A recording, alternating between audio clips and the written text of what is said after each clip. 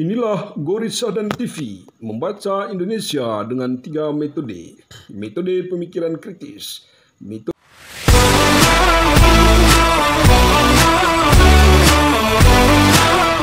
Inilah Gorissa dan TV, membaca Indonesia dengan 3 metode.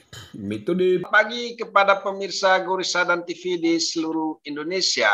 Gorissa dan TV membaca Indonesia dengan 3 metode pemikiran. Metode pemikiran kritis, metode pemikiran analitis, dan metode pemikiran reflektif. Pemirsa Gorissa dan TV di seluruh Indonesia, pada kesempatan ini kita kedatangan tamu yang sangat istimewa. Beliau adalah Gunawan Ari Wibowo, ya, teman kelas selama kuliah, ya. Dan iya, Mas Gorif. Ini beliau akan berbicara tentang kualitas perencanaan desa, ya. Nah, Mas Bobo ini sedikit untuk menceritakan tentang latar belakang beliau, profil singkatnya. Mas Bobo saat ini adalah tenaga profesional pendamping desa, ya, di Kabupaten Gunung Kidul, ya.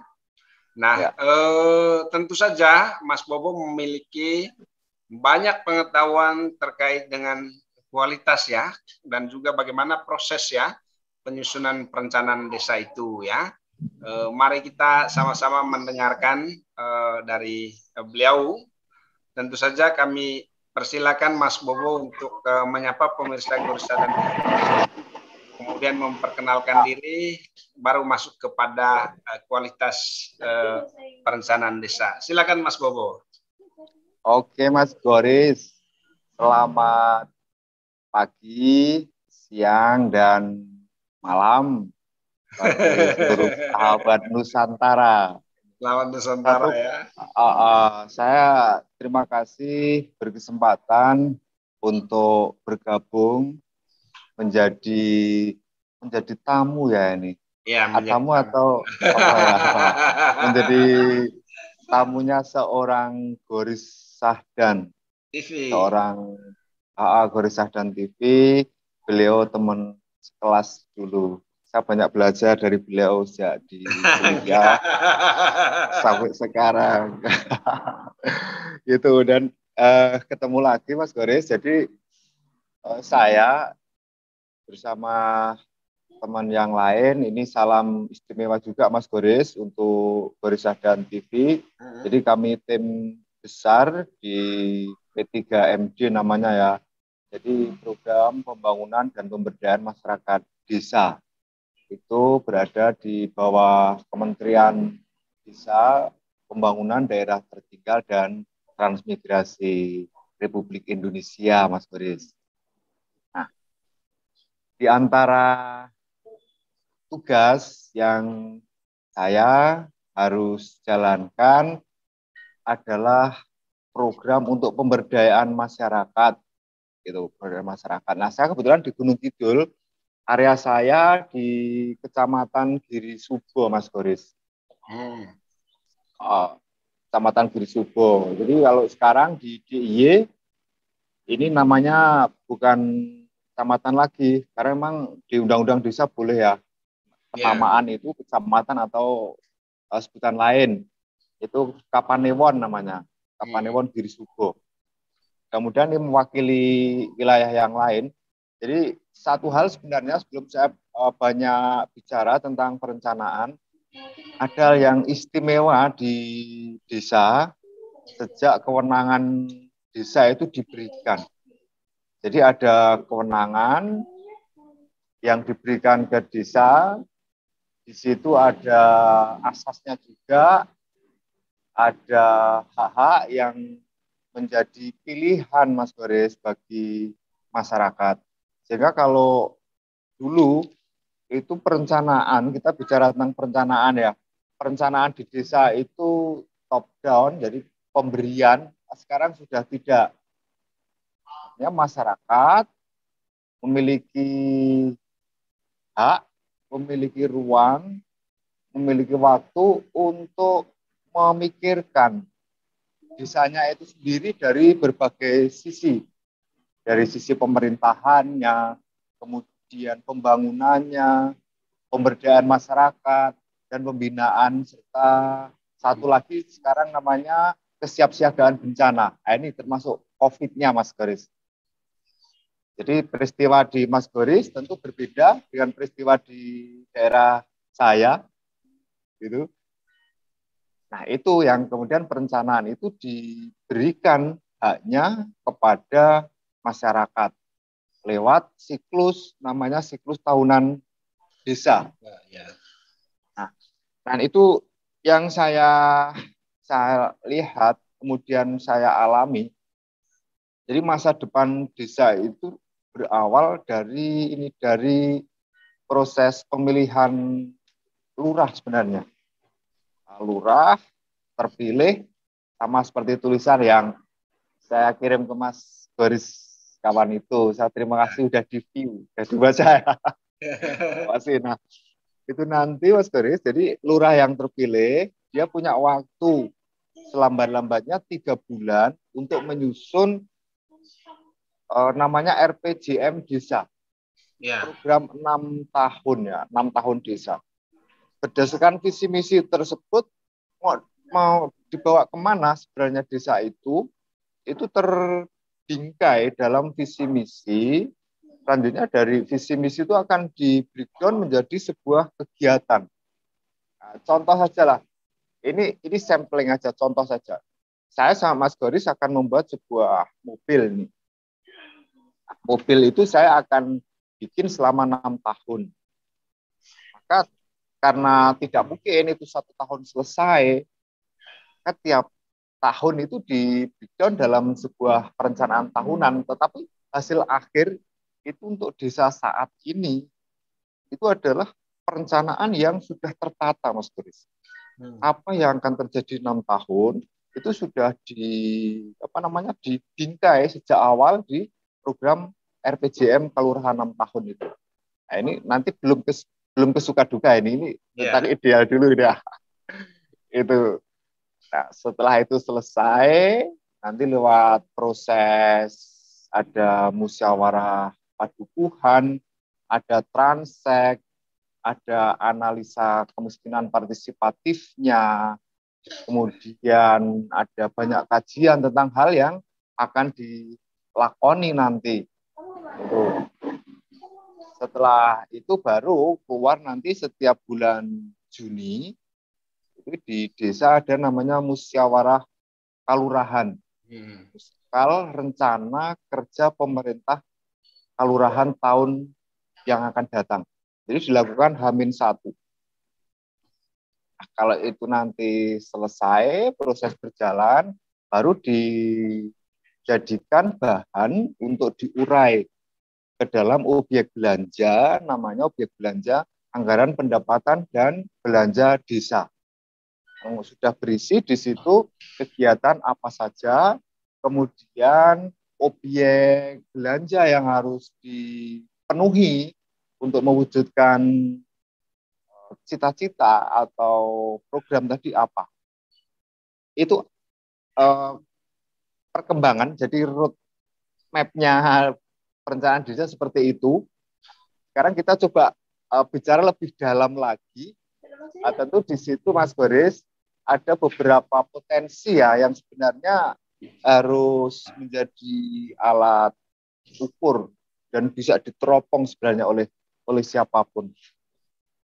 Satu hal yang harus dihindari, dan saya banyak belajar dengan senior-senior di desa, Pak Lurahnya, ada pamong, ada tokoh masyarakat, begitu mereka itu luar biasa Mas Boris. Jadi di Gunung Kidul mereka sangat tertata, kemudian ada etika tertentu untuk membuat sebuah perencanaan itu benar-benar rohnya adalah roh masyarakat ya. Jadi basisnya itu memang benar-benar basis kebutuhan.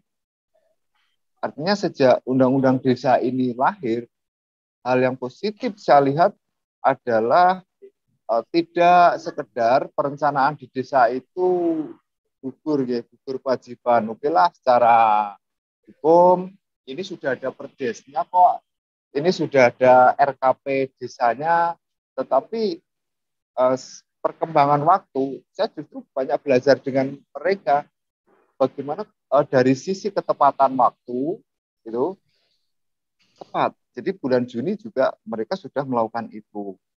Kemudian outputnya, kalau output berarti kita bicara diantaranya adalah tentang keberhasilan serapan anggarannya, itu terserap apa enggak. Kemudian kita outcome-nya, nah dampak ini yang sampai sekarang masih terus dikaji, ini membutuhkan tangan dinginnya Mas Boris juga sebenarnya. Nah, itu untuk masuk di sini, bagaimana outcome atau dampak itu benar-benar multiple effect gitu lah. Jadi tidak hanya seperti kita sedang membuat sebuah project gitu ya. Kalau project kan berapa panjang jembatan, 10 meter, ya udah 10 meter ini selesai. Tapi kan kita bicara tentang masa depan, tentang hidup, penghidupan, dan pola hidup di desa, yang ini butuh banyak ramuan, tidak sekedar selesai. Nah, saya kira itu. Itu Mas Goris. Oke, Mas Bobo, luar biasa ya. Siap. Selaku DPP ya, kira-kira apa nih yang Mas Bobo lihat tantangan sekaligus problem yang dialami oleh desa ya terkait dengan perencanaan desa. Oke.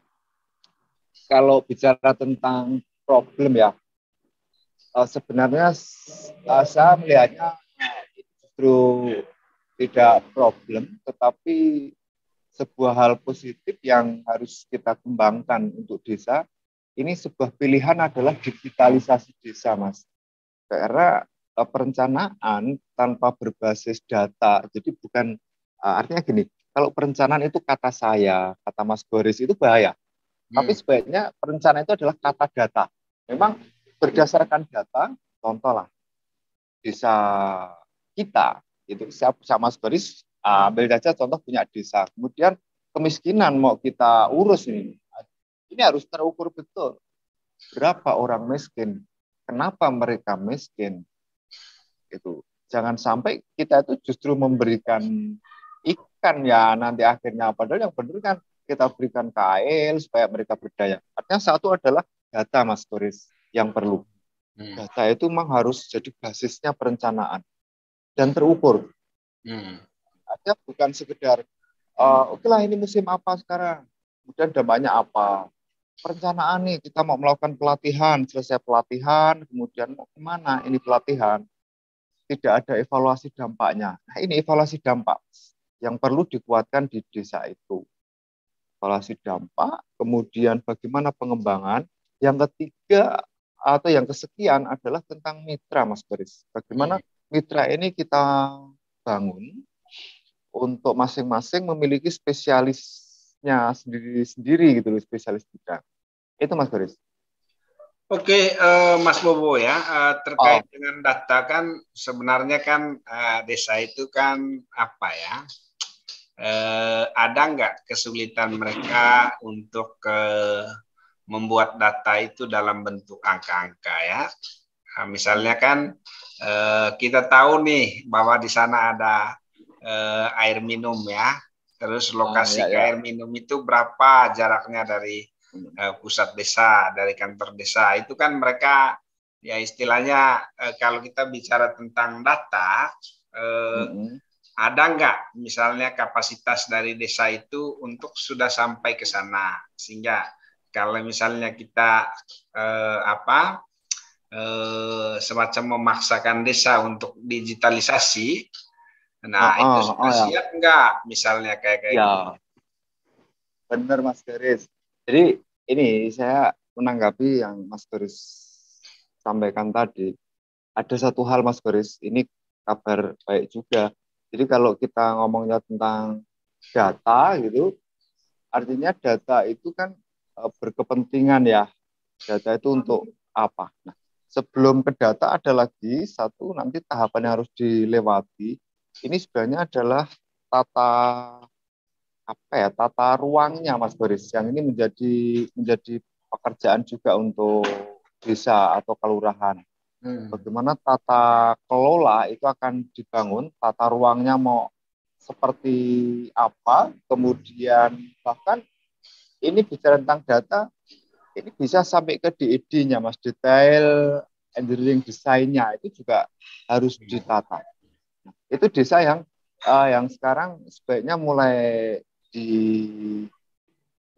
dijadikan apa ya, pemikiran digitalisasi. Yang kami maksud tadi adalah bahwa tidak lagi data itu kemudian tercerai-berai saat berapa ini jumlah penduduk miskin, harus mengingat-ingat, nyari lembaran-lembaran yang tercerai-berai ya. Nah, itu Mas. Kemudian problem yang kedua dalam perencanaan itu adalah tentang tata ruangnya Mas. Bagaimana tata ruang? Tata ruang itu kita bangun, di mana itu untuk apa, kemudian siapa nanti pelakunya, targetnya apa, nah itu yang juga menjadi target nanti untuk perencanaan. Ya. Oke bro, yang paling penting kan gini ya, memang perencanaan itu mulai dari mana sampai kemana sih, ini kan perlu juga orang tahu ya. Jadi tahapan-tahapan yang paling penting dalam perencanaan itu mulai dari mana sampai kemana, kemudian bagaimana pengorganisasian perencanaan itu supaya bisa berjalan ya. Oke, jadi perencanaan Mas Boris itu sebenarnya kalau dilihat dari waktu itu diawali sejak tahun pertama seorang lurah itu menjabat. Nah, seorang lurah itu menjabat, maka sejak saat itu perencanaan desa yang tertuang di RPJM desa itu harus tersusun. Itu dari sisi waktunya. Kemudian kalau kita lihat pelaku kegiatannya, ini wajib adalah perencanaan partisipatif, Mas Boris. Semua akan terlibat di situ, karena nanti juga ada analisa yang data itu sebenarnya berawal dari sini. Dari waktu itu CRPJM desa disusun, lurah terlantik, kemudian 3 bulan setelahnya akan menyusun itu. Kemudian pelakunya adalah dari warga itu sendiri. Nah, ada forum yang digunakan dalam perencanaan ini namanya Musdes, Musyawarah Desa. Jadi forum Musdes itu saatnya warga masyarakat andil atau berperan di situ. Jadi itu sebuah saluran bagi warga untuk melakukan pencermatan terhadap arah desa. Dilakukan kalau bulan ya itu bulan Juni sebenarnya. Bulan Juni di tiap tahun anggaran berjalan. Nah, siapa yang mengawal? Tentu pengorganisasiannya. Kalau di desa itu ada namanya, kalau di Gunung Kidul Pangripto ya. Jadi ada spesialis seksi yang melakukan kegiatan namanya perencanaan, bagian perencanaan di desa. Bagian perencanaan di desa yang di belakangnya tentu ada banyak warga, banyak kekuatan sebagai pendukung sebuah perencanaan. Begitu. Oke, bro. Ini kan misalnya ya, ada isu terkait dengan teknokratisme desa ya. Nah, isu teknokratisme desa itu tentu saja karena pertama masyarakat desa termasuk juga pemerintah desa sebagai penyelenggara pemerintahan desa itu terjebak pada mekanisme perencanaan yang sangat berbelit-belit ya, sangat bertele-tele, menghabiskan banyak waktu, sehingga kembali kepada yang disampaikan Mas Bowo tadi, mereka kemudian lupa ya apa yang paling esensial di dalam mengurus desa. Menurut Mas Bowo gimana nih? terkait dengan isu teknokratis desa ini, apalagi dengan digitalisasi ya. Digitalisasi itu kan lebih menjebak lagi, membuat desa itu nggak punya perhatian kepada pekerjaan yang lain ya. Jadi setiap hari itu ya barangkali dihabiskan hanya mengurus tentang data gitu ya. Iya. Nah, saya ada ini ya, ada catatan yang perlu untuk ini jadi literatur saya juga. Kebetulan desa yang ada di wilayah kami, yang ada di dampingan saya itu kan ini ada 8 kelurahan. Ada SID di situ Mas Boris, Sistem Informasi Desa. Kemudian ada Siskudesnya, Sistem Keuangan Desa namanya. Yang itu tidak membuat semuanya berbelit-belit, tapi sederhana dan cukup membantu pemerintah kelurahan atau pemerintah desa sebagai sebuah rangkuman atau resum tanggung jawab pekerjaan itu untuk si masyarakat. Tetapi apakah kemudian itu banyak disibukkan ke administrasi desa, mengurus tentang pelaporan ini dan itu? Saya kira tidak. Saya ada beberapa contoh desa inovatif. Saya menamakan desa inovatif karena di desa itu justru pemerintahnya itu sibuk membuka ruang gerak bagi si warga itu sendiri. Ada beberapa, saya ambil contoh saja, misalnya ada desa namanya Jeruk Wudel, Mas Boris. Di daerah kami itu ada namanya desa Jeruk Wudel. Itu ruang inovasi itu sedemikian kuat dibuka oleh Pak Lurahnya, oleh pemerintah kelurahannya, oleh BPD-nya, sehingga warga punya kreativitas yang besar, yang kuat untuk mengembangkan dirinya. Bahkan di terakhir ini mendapat sebutan sebagai sebuah desa entrepreneur, Mas Boris. Jadi sebuah desa di pinggir tapi memiliki kemampuan untuk membangun kemampuan ekonominya, tidak harus bersandar ke anggaran di desa. Tetapi mereka inisiasinya itu yang kuat. Yang kedua adalah di desa itu namanya, itu ada upaya mengubah sayur lahan kering. Kalau di Gunung Kidul namanya penanaman sayur itu susah Mas Boris kalau tidak sedang musim hujan. Tetapi musim kering mereka bisa menghasilkan sayur di lahan kering. Ruang-ruang kreasi itu yang justru saya lihat untuk wilayah Girisobo, Gunung Kidul itu sedemikian kuat. Itu dibuka oleh pemerintah kelurahannya itu. Jadi peran partisipasi itu benar-benar terbuka untuk mereka. Termasuk untuk Karang Taruna ya, ada bagaimana mengelola potensi desanya, mereka melakukan pengorganisasian kelompoknya. Dan sekarang kalau kita ke sana, coba ambillah sampel satu saja. Saya punya cerita sebelum Undang-Undang Desa dan setelah Undang-Undang Desa. Seorang tua itu, waktu saya coba diskusi sederhana, saya tanya berapa lama Bu berjalan di jalan setapak ini. Dia bilang fantastis Mas Boris, 72 tahun Mas. Harus memikul hasil panen dan seterusnya. Itu kalau kita bicara kemiskinan. Itu bisa dieliminasi kemiskinan itu dengan cara apa? Dengan cara tadi perencanaan yang baik. Peran warga untuk selanjutnya mereka, oh ternyata boleh saya melakukan kegiatan ini.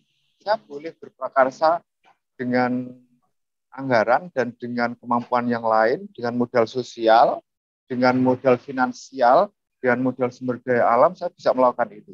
Sekarang terbuka jalan sepanjang 1.700 meter, naik turun gunung dulu, sekarang kendaraan sudah bisa masuk.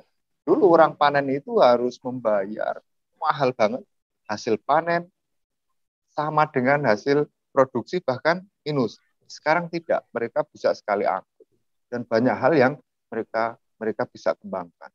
Sisi lain BUMDes-nya Mas, dengan perencanaan ini ternyata sudah mulai juga terjadi perubahan pola pikir. BUMDes itu bisa berperan juga, Mas Boris, sebagai kekuatan sosial.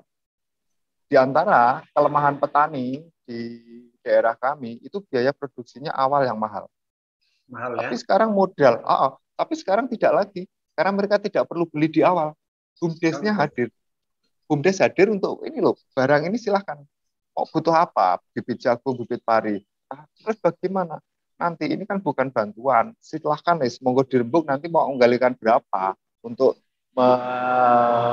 menyumbang kembali, mengembalikan lah, ditambah untuk nanti kesepakatan berapa harus mengembalikan. Tapi kan tidak ada beban di awal. Ini dari situ.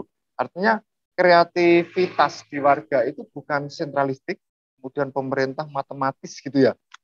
1 tambah 1 dan seterusnya, tidak.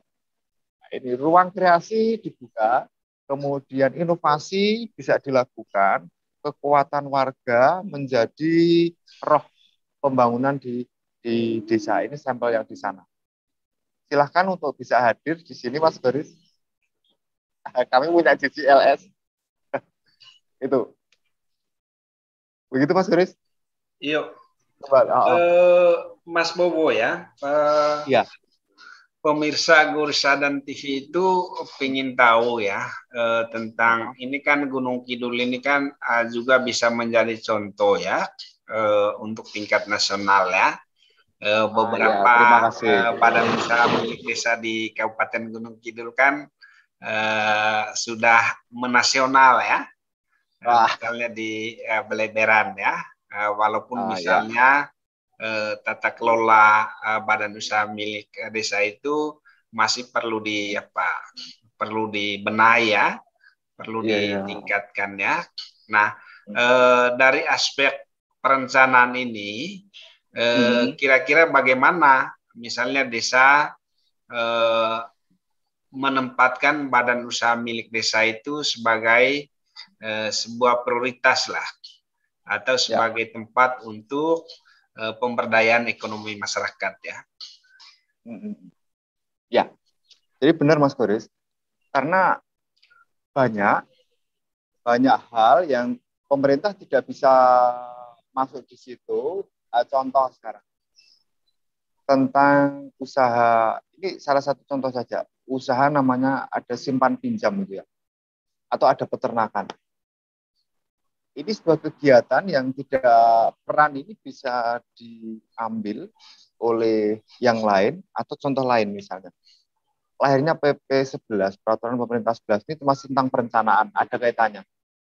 Ada ketentuan di sana tidak boleh tanah dan bangunan milik desa itu jadi modal.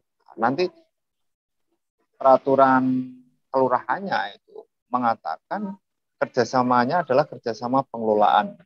Beberapa contoh tadi yang saya matur ke Mas Boris itu bentuk kemauan baik sebenarnya, termasuk dilakukan oleh desa. Dan bagaimana itu ditempatkan menjadi sebuah prioritas? Iya, ada komitmen di sana. Ternyata BUMDes hadir di desa, di tengah masyarakat, ini menjadi sebuah kekuatan sosial gitu. Dia bisa menjadi kegiatan yang menghasilkan, satu dari sisi ekonomi, bisa meningkatkan PAD-nya, kemudian dari sisi sosial itu bisa kemudian kekuatan awal di desa gotong royong itu bisa tumbuh. Contoh tadi yang saya bilang tentang pembibitan, ada padi dan sebagainya. Yang kedua, BUMDes itu kekuasaan tertingginya itu bukan milik siapa-siapa, tapi sekarang BUMDes itu kekuasaan tertingginya adalah miliknya musyawarah desa. Nah, jadi milik seluruh kekuatan yang ada di desa itu lewat musdes. Apa yang mau dilakukan? Kemudian apa ini yang akan dilakukan? Contoh Mas Boris, orang hajatan Mas, pernikahan itu kan butuh biaya toh Mas. BUMDes bisa loh Mas Boris, itu di situ pembiayaannya dari BUMDes. Ada undangannya itu sudah BUMDes Mas Boris. Harus menyembelih sapi dagingnya tidak beli, itu BUMDes yang menyiapkan kebutuhan 9 bahan warganya, itu bisa BUMDes. Setelah masyarakat itu paham, ternyata BUMDes itu memiliki kekuatan besar ya untuk mendorong ekonomi itu lanjut atau jalan. Maka sekarang ini yang namanya partisipasi itu di sini. Masyarakat sudah dengan sendirinya tidak usah disuruh, oh BUMDes, oh BUMDes. Tetapi mereka merasa BUMDes itu menjadi sebuah kebutuhan di perencanaan. Contoh lagi, produk UMKM ini bagian dari perencanaan, Mas Boris. Ekonomi desa bisa meningkatkan kesejahteraan itu bagian dari perencanaan di desa. Jadi not physically, jadi tidak hanya berbentuk fisik saja pembangunan, tapi sisi ekonominya juga. Kolaborasi antara BUMDes dengan hasil yang tadi di awal saya bilang tentang outcome, dampak, BUMDesnya ini juga bisa masuk. Seluruh produk unggulan di desa diambil, kemudian BUMDes ini yang menjadi pihak pemasarannya, dia bisa membeli kemudian. Jadi kembali tadi saya juga ulang, perlu satu kemitraan sebagai kekuatan di perencanaan. Yang kedua pasti ini kemauan baik dari siapapun mengambil kebijakan dan masyarakat. Yang ketiga adalah menempatkan perencanaan itu sebagai kekuatan yang basisnya adalah basis kebutuhan di masyarakat. Bukan, maaf ini, bukan sarana saya Mas Boris untuk kemudian intervensi berbasis kepentingan kita, Mas Boris. Tidak, tapi memang betul-betul itu harapannya, dan ini ternyata sudah terjadi berbasis kebutuhan yang ada di sana. Kalau ini boleh saya menyampaikan ke Mas Boris, ini tentang kerjasama ya, kerjasama kemitraan. Saya rindu perguruan tinggi nih Mas Boris untuk bisa hadir di tempat kami. Kita bisa lakukan banyak hal di sana. Mas Bobo di desa mana sih? Saya di kalau kecamatannya itu di Kecamatan Giri Subo, Mas. Itu area JJLS. Jadi DIY paling selatan, perbatasan pantai. Saya ini sekaligus saya mengundang kehadiran Mas Boris di sana karena ada banyak ruang yang bisa kita kembangkan. Siap lah. Sebenarnya saya sering pengabdian di sana juga. Saya di Desa Beleberan. Jadi ya dekat aja kalau ke pantai kan. Iya, itu banyak menginspirasi juga itu. Iya. Pokoknya semua tempat di Gunung Kidul ini indah kok. Iya. Inspiratif. Ini sebenarnya menarik ya Mas ya, karena sebenarnya kan Gunung Kidul itu tiap tahun itu mendapat kunjungan dari desa-desa di luar Jawa ya. Oh ya. Di Beleberan itu hampir tiap tahun ya ada kunjungan dari desa-desa dari luar Jawa ya. Nah tentu saja ada beberapa kemarin yang kita bawa ke sana ya. Ada keluhan-keluhan mereka ya. Misalnya terkait dengan pengelolaan objek wisata ya. Di mana hampir setiap jenis objek wisata itu ada pungutannya. Harusnya kan kalau di birokrasi itu kan ada konsep one stop service ya, pelayanan satu pintu, pembayaran satu pintu. Jadi kalau dia udah dipungut 10.000, jangan dipungut lagi di objek-objek wisata. Ya. Jadi 10.000 itu sudah otomatis dia bisa menikmati semua jenis objek wisata yang ada di dalamnya, kira-kira begitu ya. Jadi sehingga kalau ditotalkan untuk masing-masing objek wisata itu ya bisa sampai dengan 50.000, 100.000 ya. Dimana kalau misalnya dibandingkan dengan kalau kita masuk ke Borobudur itu kan tiketnya cuma 30.000 Mas sekali masuk. Dan itu bisa semua bisa menikmati semuanya. Kalau itu ada kritikan dari teman-teman dari desa yang kita bawa ke sana, kemudian yang pulang dari sana, dan mereka istilahnya ya ada sih yang mereka bisa bawa ke tempatnya ya, tetapi yang paling penting bagi mereka adalah dari aspek pelayanan ya. Nah, terkait dengan ini tentu saja di tingkat musyawarah desa itu ya, mesti juga dibicarakan ya hal-hal seperti ini, membenahi aspek pelayanan di sektor pariwisata ya yang ditangani oleh desa itu ya. Iya. Nah, kemudian yang berikutnya Mas Bobo ya, yang perlu disampaikan kepada pemirsa Gursa dan TV, kira-kira sebenarnya kan ada nih fokus dari setiap kabupaten ya. Misalnya tahun ini kabupaten kita fokus supaya perencanaan itu diarahkan pada pengembangan sumber daya manusia. Tahun ini misalnya perencanaan kita diarahkan untuk penguatan ekonomi desa atau pertumbuhan ekonomi desa. Tahun ini misalnya perencanaan kita diarahkan untuk memperkuat demokrasi desa misalnya. Ada nggak misalnya kayak gitu, atau prinsip-prinsip dasar di dalam perencanaan itu kan ada di undang-undang itu ya, Undang-Undang Nomor 6 tahun 2014 ya, tentang bagaimana mengatur dan mengurus desa itu. Ya, iya Mas Boris. Jadi untuk kami itu kan ada dua ya sebenarnya. Satu, itu kebijakan yang sumbernya adalah hasil musyawarah desa. Nanti perjalanan dia itu akan di top up gitu ya. Jadi akan dipikul oleh namanya APB desa. Yang kedua, itu ada kegiatan-kegiatan yang memang di luar kewenangan desa. Jadi ada peraturan bupati di Gunung Kidul dan itu turunan dari peraturan Menteri Dalam Negeri tentang kewenangan desa. Selain kewenangan desa itu, atau hal-hal yang memang tidak mampu dibiayai oleh desa, maka ada lagi di desa itu perencanaan, namanya musyawarah adalah program sektoral. Ada program PIWK namanya, Pagu Indikatif Wilayah Kecamatan, dan PIS. PIS itu program sektoral yang nanti akan menjadi kewenangan kabupaten untuk melakukan kegiatan itu. Jalan aspal, jalannya jalan milik kabupaten, karena itu peran akan diambil oleh kabupaten. Dan kemudian untuk komunikasi dan informasi, karena kan susah ya kalau desa ternyata jaringan internetnya lumayan kurang, itu kan juga berpengaruh juga terhadap komunikasi.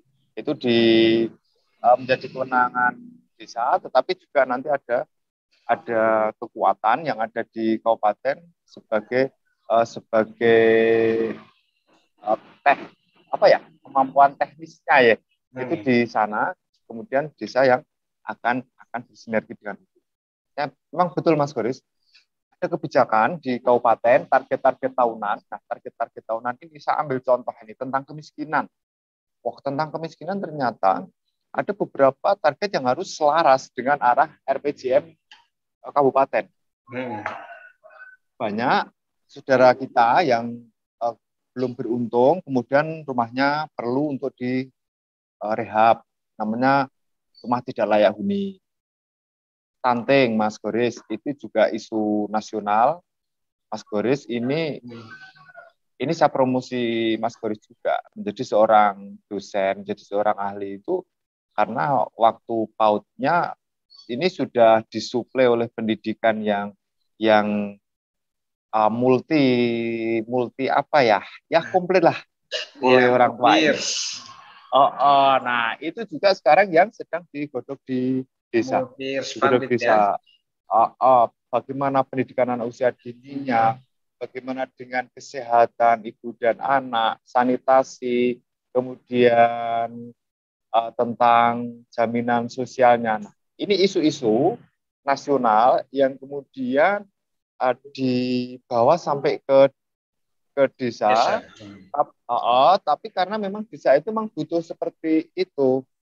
Ini barangkali yang dinamai adalah kewenangan pemberian itu ya seperti itu ya. Jadi memang diberi kewenangan yang diberikan oleh di atasnya, tapi tidak kemudian itu melepas perencanaan Tidak Mas Boris, tetap hal-hal yang berkaitan dengan kewenangan lokalnya yang perlu dilakukan oleh desa, oleh warga itu dilakukan. Itu. Ya, stunting itu kan program dari Kementerian Kesehatan ya. Ya, jangan sampai misalnya program stunting itu juga kan mengambil dari dana desa juga, sehingga dana desa itu habis untuk kegiatan-kegiatan yang seharusnya ya sudah direncanakan oleh warga gitu ya, warga desa. Gimana Bro? Itu tidak, karena istimewanya desa-desa di Indonesia ini ya, terutama saya melihat ke fokus yang lebih dekat saja lah di Giri Sugo, di Gunung Kidul. Itu ada kekuatan sosial yang ada di masyarakat. Tidak semua kegiatan itu kemudian harus serba Mister Rupiah, serba APBD. Kalau tidak jalan, tidak lahan pekarangan. Ada satu program namanya program motivasi, kekuatan yang perlu kita turunkan ke warga. Bapak ini punya lahan, punya pekarangan kosong. Ini kan tidak semua stunting itu berwujud belanja yang diberikan, itu tidak. Mereka sudah punya kekuatan, buah-buahan itu dalam rangka gizi, menghindari stunting itu dilakukan oleh mereka. Tidak harus kita itu mensuplai bahan. Kemudian di ladang banyak tanaman-tanaman yang kemudian mereka bisa kembangkan untuk pakan ternaknya. Pakan ternaknya ini bisa jadi gizi secara tidak langsung karena mereka bisa menjual itu, kemudian pendapatannya mereka peroleh, kemampuan belanjanya tinggi. Yang ketiga tentang kesehatan ibu. Kesehatan ibu itu diantaranya dari telur nih untuk ibu hamilnya. Mereka punya ayam, Mas Boris, punya kekuatan sosial itu. Jadi, Mas Bobo, kita tidak bicara tentang itu ya. Yang paling penting itu sebenarnya kan adalah bagaimana sih proyek-proyek lintas sektoral ya, atau program-program lintas sektoral itu diakomodasi di dalam perencanaan desa. Ya, itu mereka tetap kita lakukan program lintas sektor, itu namanya program sektoral ya. Program sektoral itu kita lakukan, dan biasanya program tersebut ada di sebuah edaran, kadang seperti itu. Jadi surat edaran tentang prioritas, dan itu menjadi sebuah kegiatan wajib. Itu tetap kita akomodir, tetap kita masukkan di perencanaan. Tetapi sekali lagi Mas Boris, itu nanti tidak berarti kemudian akan menyita banyak anggaran yang ada di APBD. Tidak, kita tetap menggunakan kekuatan lain dalam rangka melakukan itu, dan itu karena memang kebutuhan. Karena kebutuhan. Contohnya tentang tadi saya contohkan tadi, Mas, tetap kita akomodir, tetapi tidak terus itu sebagai sumber untuk menghabiskan anggaran. Tidak. Kita padukan dengan kekuatan lain yang ada di desa. Kita lakukan. Bahkan itu nanti juga jika desa itu tidak mampu, kita dorong lagi untuk dari sisi pendanaan lewat musrenbang kecamatan namanya, kita dorong untuk bisa didanai oleh APBD di kabupaten atau provinsi, bahkan ke nasional. Ke kementerian ya. Ya, ini juga sebenarnya PR-nya Mas Bobo juga ya, untuk melihat bagaimana akomodasi terhadap program-program lintas sektoral yang masuk ke desa. Karena di Undang-Undang Desa itu kan ada 2 perintahnya ya, mandatnya. Mandat yang pertama itu adalah setiap program yang masuk ke desa dan bukan merupakan kewenangan desa, desa itu bisa menolak ya. Kalau tidak disertai dengan 2 hal ya. Yang pertama itu adalah biaya, yang kedua itu adalah sumber daya manusia ya. Kalau tidak ada tenaganya atau menyuruh-nyuruh orang desa untuk mengerjakannya. Nah, sementara itu adalah program dari lintas sektoral. Nah, kemudian desa kan bisa menolak tuh. Ada nggak pengalaman-pengalaman itu yang Mas Bobo temukan di lapangan? Desa menolak program dari kementerian apa misalnya gitu ya? Atau di Tidak. digitalisasi ini program kementerian apa sih Mas? Digitalisasi ini sebenarnya bukan program, J. Tetapi ini kemauan dari beberapa komponen gitu di masyarakat. Jadi digitalisasi itu yang kami maksud sebenarnya bukan kemudian tentang data itu enggak. Misalnya gini Mas, desa sudah merasa bahwa ini loh saya itu ada di pasar global, UMKM contohnya.